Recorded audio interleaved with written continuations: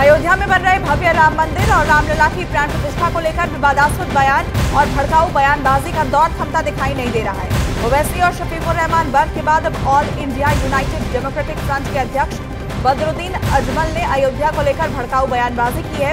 एक रैली को संबोधित करते हुए अजमल ने कहा कि मुसलमान 20 से 26 जनवरी के बीच घर पर ही रहें और रामलला की प्राण प्रतिष्ठा के दौरान ट्रेन से यात्रा करने से बचे। इसके साथ ही अजमल ने बीजेपी को मुसलमानों का दुश्मन बताया, जिसे लेकर अब बखेड़ा खड़ा हो गया है। बीजेपी ने बदरुद्दीन अजमल के इस बयान पर कड़ी आपत्ति जाहिर की है।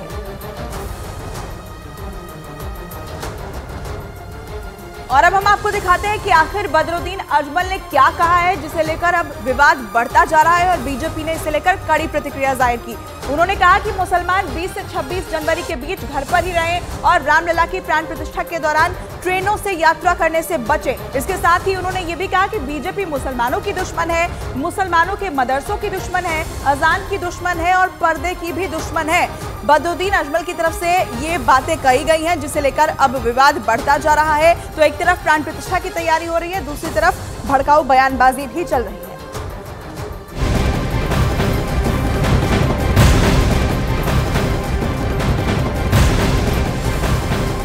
हालांकि बदरुद्दीन अजमल के इस बयान पर बीजेपी ने कड़ी आपत्ति जाहिर की है। केंद्रीय मंत्री गिरिराज सिंह ने कहा कि बीजेपी मुसलमानों से नफरत नहीं करती, बीजेपी सबका साथ और सबका विकास और सबका विश्वास के मंत्र को लेकर चलती है और साथ ही सभी धर्मों का सम्मान भी करती है।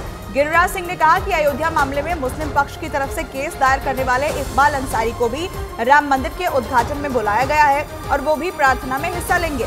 गिरिराज सिंह ने कहा कि बदरुद्दीन अजमल और ओवैसी जैसे लोग समाज में जहर घोलने का काम कर रहे हैं और सामाजिक समरसता पर आघात कर रहे हैं। बदरुद्दीन अजमल को भले नफरत हो बीजेपी से, बीजेपी मुसलमान से नफरत नहीं करती। और आपने देखा होगा वो मुसलमानों को डराएं, धमकाएं, उनमें भ्रम पैदा करें, लेकिन इकबाल अंसारी जो राम जन्मभूमि के पिटिशनर थे, उनके पिताजी, वो जा रहे हैं और पूजा में भी सम्मिलित होंगे। बदरुद्दीन अजमल जैसे लोग ही समाज के लिए, ओवैसी जैसे लोग, बदरुद्दीन अजमल जैसे लोग जो समाज में नफरत फैलाने का केवल काम करते हैं। भारतीय जनता पार्टी सर्वधर्म में भरोसा रखती है, सर्वधर्म का सम्मान करती है।